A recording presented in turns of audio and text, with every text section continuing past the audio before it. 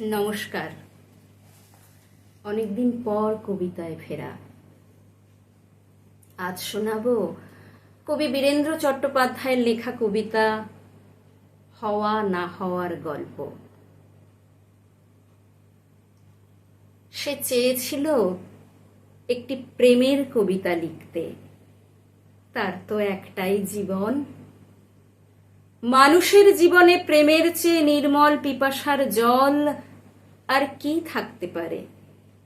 সে আরো অনুভব করত প্রেমই কবিতার প্রাণ, তার শব্দ, তার ধ্বনি, তার মন্ত্র।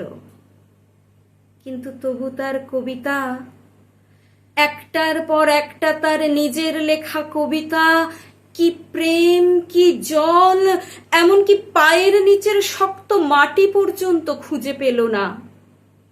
কবিতার জন্যে তার দিবস রজনীর জাগরণ। যা ছিল তার জীবনের কঠিনতম সত্য, প্রেম নয়, তাকে বারবার অপ্রেমের দারুণ আগুনে ছুড়ে দিয়ে বলতো, এইখানেই তোর পরিশুদ্ধি। এই যে আগুন, মানুষের পৃথিবী, আগে তার খিদে মেটা।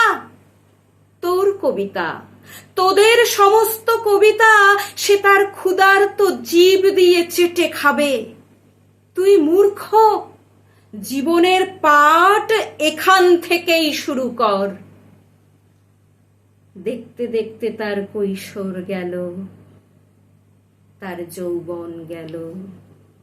এখন তার মাথার সব চুল সাদা, 5 আঙুলে মাঘের শীত।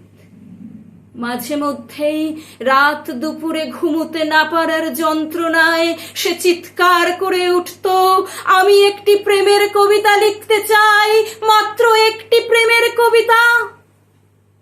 আর তখনই শোনা যেত তার মাথার ভিতর, তার বুকের মধ্যে সেই কঠিন তিরস্কার, বুড়ো হয়ে গেলি, এখনো স্বপ্ন দেখছিস?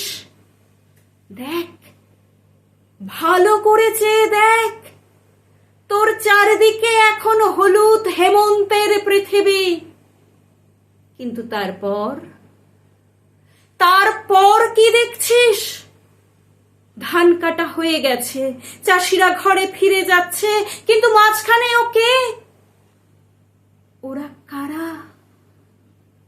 দেখতে দেখতে তার পাকা ধানের হলুদ পৃথিবী খুন খারাপি লাল, লাল থেকে আগুন, আবার আগুন।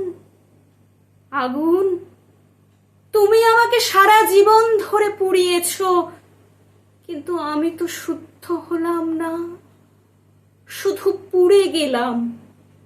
আমি সারা জীবন শুধু হাজার হাজার মানুষের দীর্ঘশ্বাস, তাদের সর্বনাশ আমার জটায় বেঁধে সরস্বতী নদীর জলে ঝাঁপ দিতে গেলাম, কোথাও তাকে খুঁজে পেলাম না। তুমি আমাকে কি জীবন শেখাও আগুন? এই কি মানুষের জীবন? তার একটি মাত্র প্রেমের কবিতা।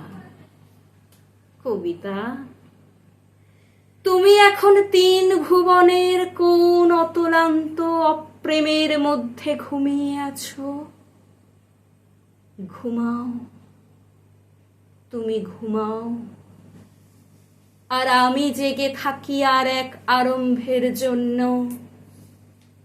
মৃত্যুর মুখোমুখি আমি জেগে থাকি।